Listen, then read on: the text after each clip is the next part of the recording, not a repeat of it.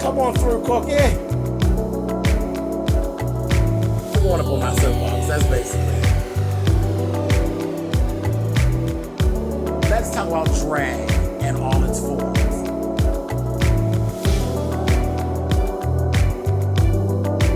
What, Cookie?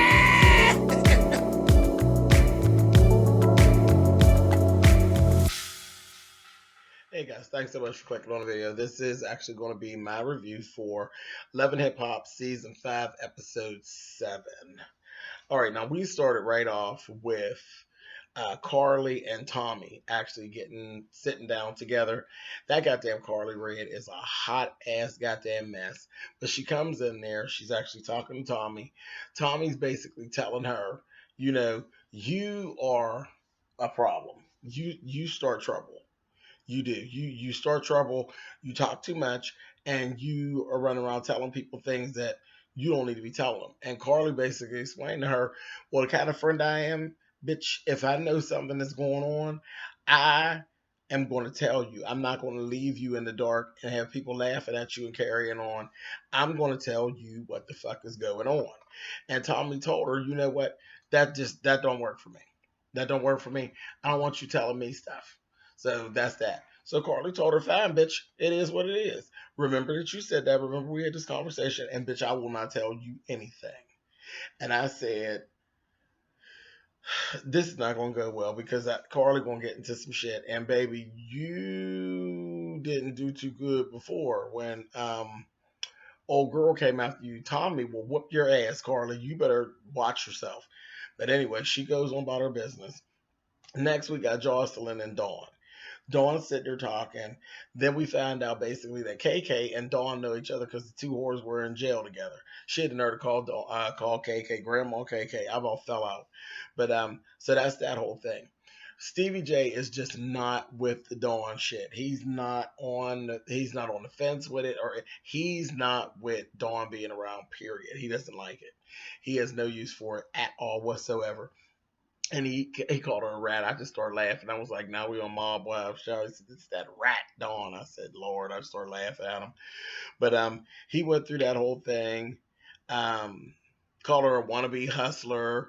Then there was this whole little situation where Jocelyn starts asking Stevie about her contract. And I'm like, Jocelyn, what are you doing? What are you doing? And for real, now I'm with Stevie now. What in the fuck is Dawn got up her sleeve with Jocelyn and her contract? Something with that just does not sit right with me. So I don't know. But we're gonna keep our eye on that motherfucking Dawn. She's a hot mess.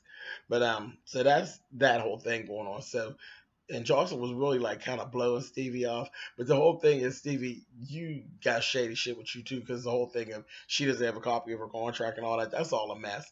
But I mean, she was an asshole from way back, so whatever. It is what it is. And Jocelyn, she's so goddamn raunchy in her goddamn confessionals. Sit up talking about being the man in charge and in control makes his dick hard. I'm like, girl, you are ridiculous. Anyway, next we actually see Carly Red, and then we get to see what she's really up to. She literally goes and has this little meeting with Scrap.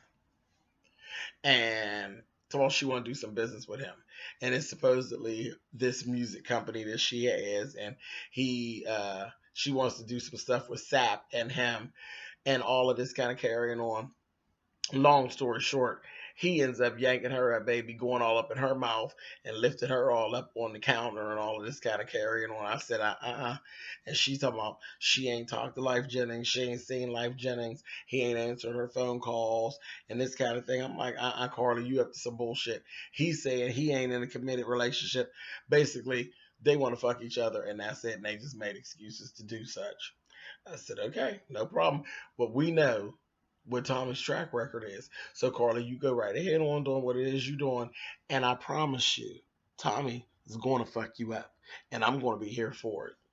Anyway, so moving on.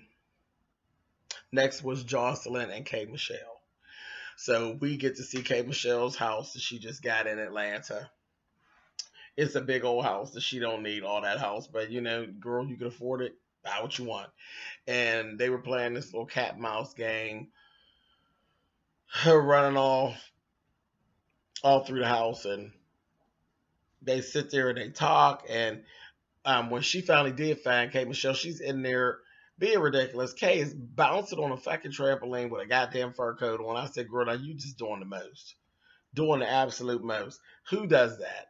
But anyway, she's planning on Kay's part, planning on having this listening party, and she's going to invite all the girls, Rashida, and all these people that she don't get along with. Now, the last dealings you had with Rashida, you threw a lit candle at her. You want to invite Mimi, you smacked her in her goddamn face with some goddamn roses. And just on and on and on. You want to invite these people. She had already invited Arian. She also stated that she was not inviting Jessica Dime. Now I was like, okay, what's that about? But whatever, it is what it is. Um, she said she had talked to Carly.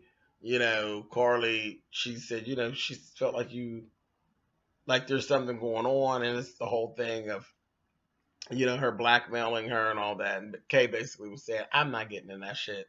Y'all need to figure it out. I'm not getting in it. Um,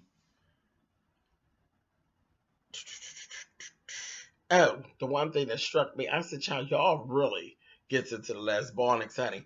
And it kind of shows like what really goes down. Did y'all catch when Jocelyn asked Kate Michelle, you want to go back there and have some sex on that couch? I said, girl, honey, y'all better stop all this scissoring, honey. And y'all got men and carrying on. I said, this is crazy.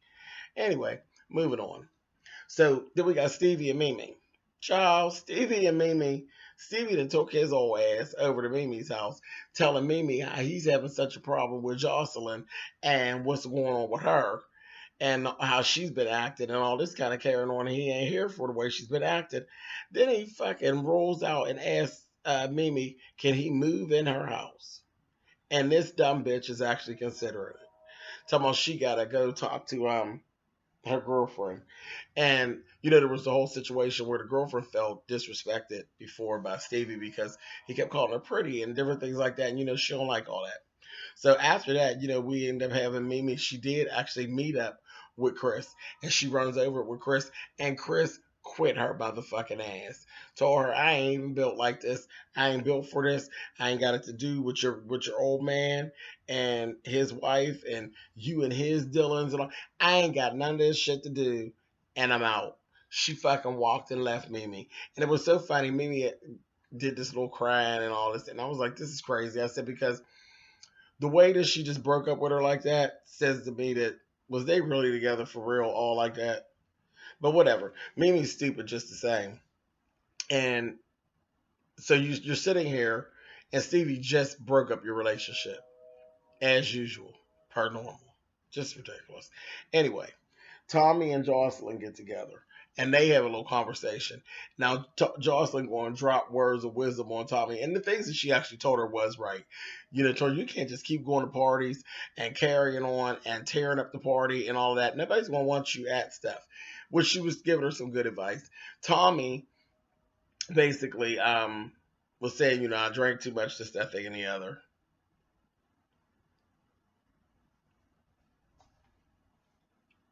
So you were a drunk bitch that's crazy. Because even if you were drunk, you would act crazy anyway with spitting and all that old shit. But so that's that. So she says she's gonna work on it. Next we got Carly and Jessica Dime. They get together. They're talking. Carly tells Jessica about her and little Scrap. And she said, you know what? Looks to me like you're going to be on Tommy's hit list with that bullshit. And then Jessica, in turn, tells her about how Scrappy was actually hitting her up and carrying on. And then, we got the whole thing of him and Bam was not together anymore. That whole thing. So I said, Lord have mercy, both you whores are doing the most. So next we go ahead, we go to K Michelle's little thing. Well, before we get to the listening party, there was a little sit down conversation where Carly actually was handing out the invitations to K Michelle's party, and everybody got an invitation except for Jessica Down. Jessica Down was really, really embarrassed. You know, you could tell she was embarrassed. She thought that she was in like Flinwick K. And she was like, well, fuck her. Mimi was like, girl, here, you can have my invitation because I ain't going. And she takes and tore up the invitation and shit. I was like, that's a shame. But you could tell Jessica Down was really, she was embarrassed and she was bothered by the fact that she was not invited. And you were not, darling, you were not invited. So I just laughed at that. Then we go ahead. Um, yeah, that was actually at the it was at Arian and Mimi's birthday party. That's where they were, where they started doing, you know, where they had all this go on. Um, Next thing I know, they're at the party, and Mimi was saying, you know, it's my best time to hang out with Arian when stuff like this goes on. I said, yeah, because Arian is your rebound coochie. That's what that is. I don't know why you don't just go be with Arian, but every time things don't go right with you and somebody else, you go running back to Arian. Arian's the fool. But anyway, so they're at the little party for Arian and Mimi's birthday, and then Jessica was actually with Rashida. Rashida, they're sitting down. Jessica starts throwing shade at Bambi. Bambi's there with her new little guy friend. And she's like, oh, yeah. Oh, so you got a new boo. So that's why Scrappy's been hitting me up on Snapchat, this, that, thing, and the other. She's like, well, I don't really need to know that. Jessica was just trying to be petty and be nasty. And her and Bam ended up having this whole exchange of words back and forth and all of this. And it was really, really stupid. And Rasheed was like, get your big ass up and let's go. And that's basically where we actually ended at, was her and Bam going at it. She's telling Bambi, I got your old man and I could take your new man, bitch. This, that, thing, and the other. I was like, girl, you sound stupid. You sound stupid. I got your old man and I could take your new man. Well, girl, if you could take them, then have both of the two rock motherfuckers, and who cares? Just a mess. I was like, child, whatever. Anyway, but that's it. That's all that really went on. I think it's going to get more interesting next week. I think they're going to get to Kay Michelle's party, her listening party, and we'll see if anything happens there, or if anybody reconsiders and actually shows up. That'll be the goddamn story. But anyway, all right, guys. So thumbs up, thumbs down. Y'all know how that all works, and I'll see you guys next week. Bye, guys.